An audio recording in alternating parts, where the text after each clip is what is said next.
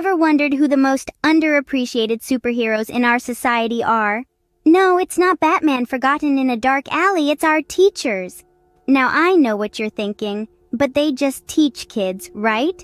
Well, my dear friend, there's more to it than that. Imagine juggling a circus of tasks, from grading piles of papers that could rival the height of the Himalayas, to planning lessons that could engage even the most energetic of youngsters.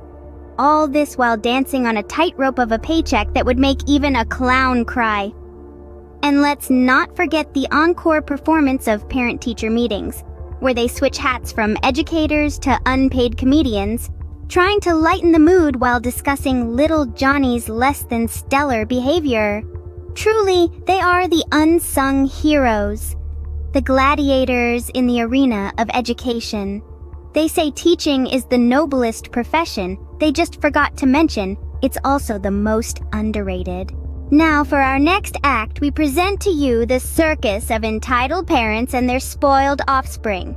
These are the folks who see teachers as miracle workers, capable of transforming their little terrors into disciplined scholars. Ah, the magic of education. Picture this. Our brave teacher is armed with nothing but a red pen, facing off against a horde of disgruntled parents. Each parent is convinced their child is the next Einstein. And the only thing standing in the way of their Nobel Prize is, you guessed it, the teacher.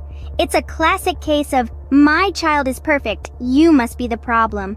Then we have the spoiled brats, who believe homework is a form of cruel and unusual punishment.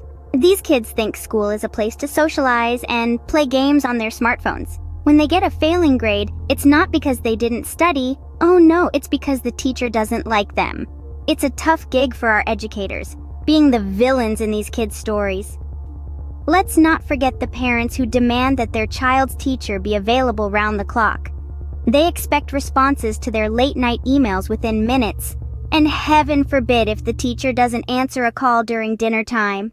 It's as if teachers are on-call doctors, waiting to jump into action at the first sign of a math problem. And then there are the parents who believe teachers should be disciplinarians, psychologists, and social workers all rolled into one.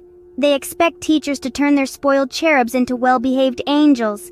Newsflash, folks, teachers are educators, not fairy godmothers with magic wands. So next time your kid comes home with a C on their report card, remember it's not the C for the teacher's effort.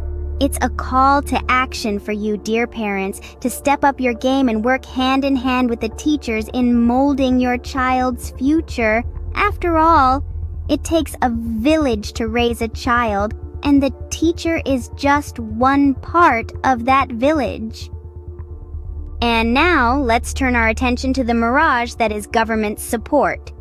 Picture this, you're walking through the sweltering desert of educational bureaucracy, parched, tired, and all you can see in the distance is a shimmering oasis.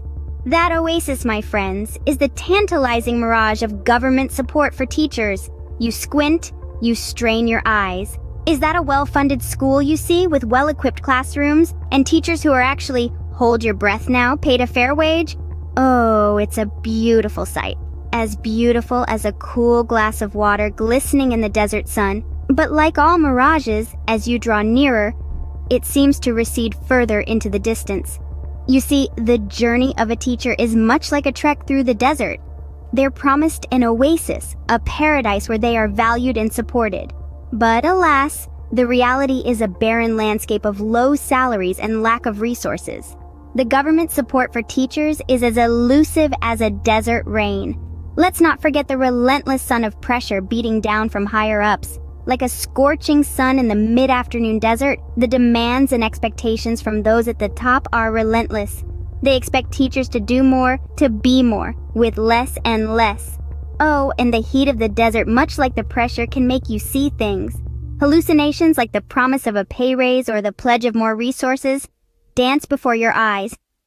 But as you reach out, desperate for some relief, you find nothing but air. The journey is long, the desert vast, and the oasis of government support for teachers is but a tantalizing mirage. It's a cruel joke, a trick of the light, a promise that never materializes. The mirage is always just out of reach, no matter how far you walk, no matter how hard you work.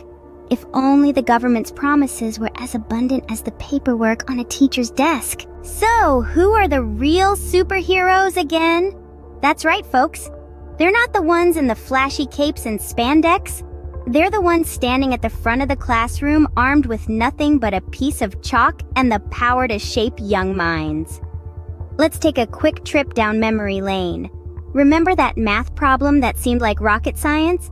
Who was the one who broke it down for you, making it as easy as pie? Or that time you couldn't tell a metaphor from a simile, who was the one who patiently explained the difference?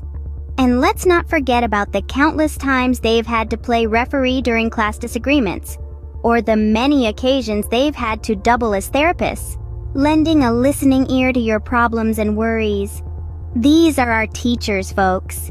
They're the real superheroes, the unsung heroes who, despite being overworked, underpaid, and often taken for granted, continue to show up every day, ready to inspire, educate, and make a difference. They're the ones who, despite the mountains of paperwork and the pressure from all sides, continue to pour their hearts and souls into their work.